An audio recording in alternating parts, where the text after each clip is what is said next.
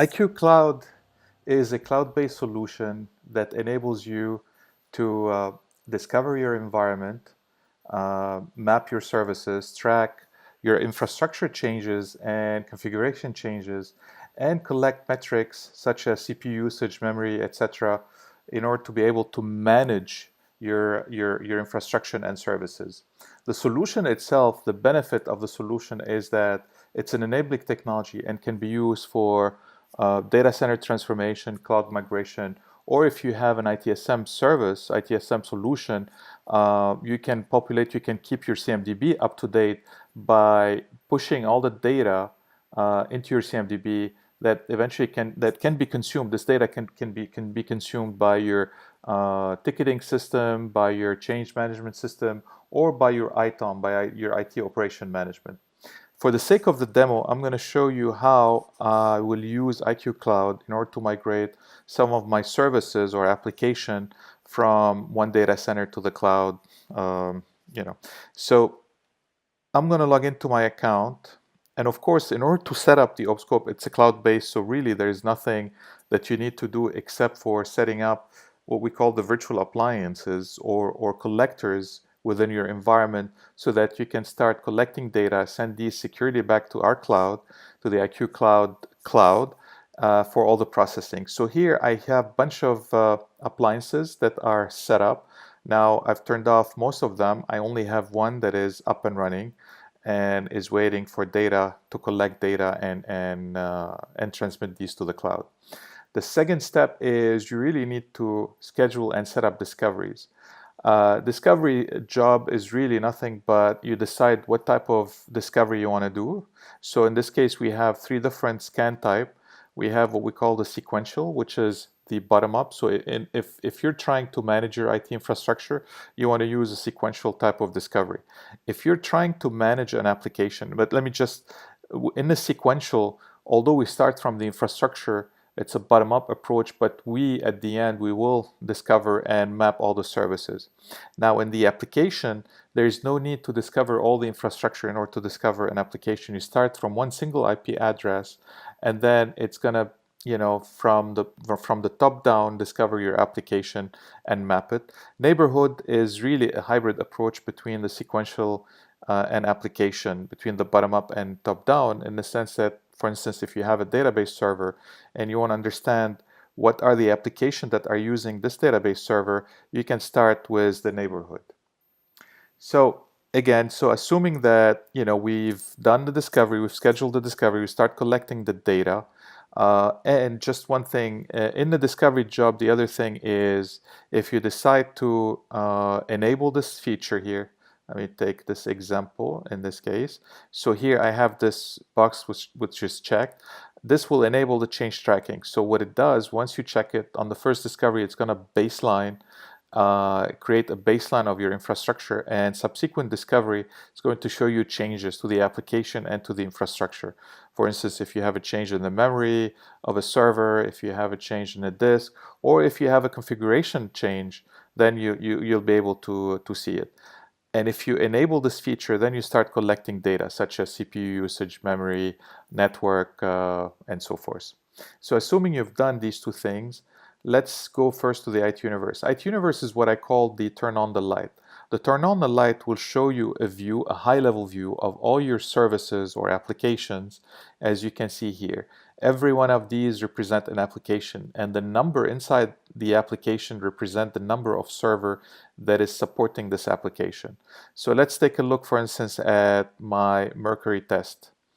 If I single click on it, I'm going to have a wheel here, and I can zoom in, and it shows me this is all the servers that support this application or this service, and then you can see how they're communicating internally with each other. Now, this is just an icon. If you want to get into detail, that you can double click. But let's take a look at this application, my online reservation production. So here, that's a bigger application. And then what you see in between those links are really, if you have any communication happening between your services, then you're going to have a link, and depending on how many communication you have, so here I have 4 connections, so it's going to show me a thicker line than maybe this line here that has one connection. So let's take a look now. I'm trying to migrate. So here, as you can see, I'm doing, I did first an assessment of my whole landscape, and I find out all my application, and I want to migrate this to the cloud, to AWS or what have you. So I'm going to double click on it. And here what I see, and I'm start going into the details. So let's take a look at the dependency map. The dependency map shows you a map of your application or service with all the technology application component that support this application. So I can see here a bunch of Cassandra nodes, NoSQL database. I have a Solr search engine. I have RabbitMQ, which is a middleware. I have some load balancer, HA proxy, MySQL database server, and then etc. etc. So you can see every one of these, and it shows you where every one of these technology is hosted, which server. In this case, they are all hosted on VMs, as you can see, and they're all hosted on, or they're part of this ESX server. So this view here, which what we call the dependency map, is a view that will enable you, if you want to do a smart migration, unlike traditional tools, when you do migration, you're going to migrate a workload. Here, what you're doing is really you're looking at a service-centric type of migration. So I'm looking at my online reservation production system, and it shows me everything that makes up this. And this way, if I move it, I know exactly what I'm moving. Now, this is, of course, this is not enough to be able to move or to migrate or transform a service from one data center to the other, or from a private cloud to a public cloud. This is one view, but I can have the communication. It's very important to understand how the service is communicating internally and externally. So we have this view of, we call the communication view, and what I'm going to see is really how this application is communicating. So let me just clean up a little bit the view here. I'm going to clean it up a little bit. Okay, and I'm going to, okay. So here what I have a clean view, and of course, if I hover here, I can see everything that is highlighted. Now, let me just zoom in a little bit. As you can see, it's difficult to see, but you can see anything that is highlighted in, that's being highlighted in purple is part of this application. So let me just make sure. So I can see all these things are part of this application, and anything that is not highlighted in purple is not part of this application. So meaning there are communication happening. So if I zoom in here, there are communication happening to some external system. Oops, I'm sorry. So for instance, if I'm looking at these IP addresses, they look like public IP addresses. And these IP addresses, they're communicating with my HA proxy. So these are client that are communicating with, these are all the client that are accessing this application. So obviously, if I want to migrate, I wouldn't worry about this, because I'm going to schedule a maintenance or downtime period so that no one can access it, and then I can move it to the cloud. But there could be other servers that are not part of this, that are not clients. So here, these are all the, but I can see there are other servers here.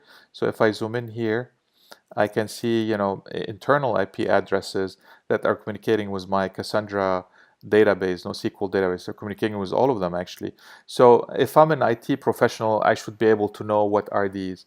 But this is an example where we had a customer, when he took this view, he was able to determine that his production system was communicating with his testing system, testing service, which was not something that should be happening, and they were able to remedy the situation.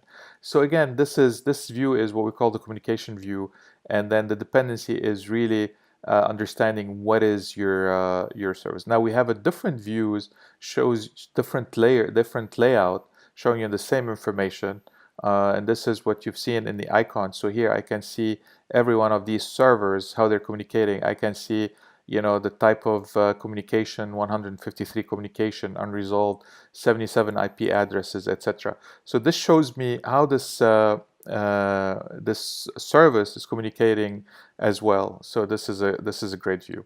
So far what we have done is I've showed you uh, how we can discover, how we can map all the services, and then now what I'm going to show you is the changes. Since we have baselined the changes, I'm going to the change history, and here on this grid I'm looking at a grid of that application and a daily change for that application. So for instance, if I go on this date here on 9/20 or 9/19, I can see changes to 7 servers out of these 14 servers. I can see some changes to a configuration file. I can see changes to some disk usage, and I can drill down to every one of these single change to see where the change happened. So here, for instance, it's a configuration file for the MySQL, and I can see this line here that has changed, where I can see a value that has changed from 80,000 to 40,000. So this is very important because, it's not about migrating the application, but eventually being able to manage changes, because we know outages, when a service goes down, it's mainly because of a hardware failure or somebody has made a change. If you haven't made any change, or there is no hardware failure, there is no reason why a system can go down or you would have a problem. So this is very important in order to be able to manage the daily operation and the performance of your and understanding what has changed. And then this is integrated also with a change management system, so you can find out also this will represent the actual state of your environment, as opposed to your change management system represent the desired state. And what we're trying to do is reconcile the two view, the actual versus desired, where if you have a change that is not associated with a change request, then an action needs to be taken. Either you need to baseline that change and it becomes a desired state, or you need to revert the change back into prior to into the initial baseline. So here we're looking at, I can look at the changes today, for instance, on 27/11, and I can see a bunch of changes. We've added 2 application component, and then also there are some changes to some of the disk on the Cassandra space, and I can see here the commit log has changed from 1 gig to 996. So this is very, very powerful in the sense that, be able to have control over your data center and application. And then the last piece of the application is showing you the metrics. We collect metrics for all, for the application. So here we're looking at the CPU usage, and let's take a look at the metrics over the last 30 days. I can see the CPU usage over the last 30 days, but I can look at, other metrics such as memory and and other other components. Here I can see the memories. Bunch of them are maxed out, plateauing, and then some are underutilized. So this is good from a perspective if you want to do capacity planning when you do a cloud migration, understanding how your capacity is trending over time. Do you need more capacity, or do you need to consolidate some capacity, and so forth? Or if you have any problem, also you're seeing spike in your CPU or your memory, and you could go back and find out, start troubleshooting why it's happening. So let me go back here to the CPU usage, for instance. I'm going to the CPU usage, and what's very powerful is I can overlay the changes during that period of time. So here, for instance, I can see all the changes that happened during that period of time. I can look at it from a different perspective. Obviously, we haven't collected data in the past, so we stopped collection of the data, but we're still monitoring changes. So you can see where the changes happen for every one of these changes. For instance, on this day, we can see changes on this server, this server, this server, and this server. And then, of course, we can go back and find out, I'm gonna do this. I'm gonna click on my prod LB, and I can see the metric over the last 30 days. I can see the changes. So obviously there is not changes on this system. I can look at the processes running on this system.